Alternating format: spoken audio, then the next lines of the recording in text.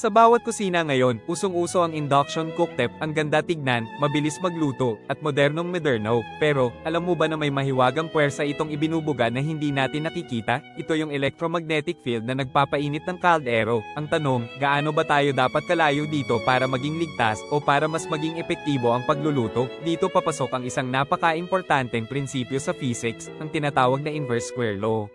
Simple lang ang ibig sabihin nito, habang lumalayo ka sa pinagmumulan ng enerhiya, bumababa ang lakas nito, at hindi lang basta-basta bumababa kundi sa bilis na sobrang dramatic. Isipin mo, kung doblehin mo ang distansya, ang lakas ng enerhiya na umaabot sa iyo ay magiging isang kapat lang ng dati, kaya, kahit maliit na galaw lang ang iyong layo, malaki na ang pagkakaiba sa epekto nito. Ano ang ibig sabihin nito sa araw-araw na buhay, para sa kaligtasan, lalo na kung may medical device ka, mahalagang tandaan na ang enerhiya ay mabilis humina sa distansya, para naman sa efficiency ng pagluluto, mas malapit ka sa cooktop, mas mabilis at mas epektibo ang paggamit ng kuryente. Kaya, next time na magluto, isipin mo ang magic ng distansya. Ang pag-unawa rito ay makakatulong para maging mas ligtas at mas matalino sa kusina.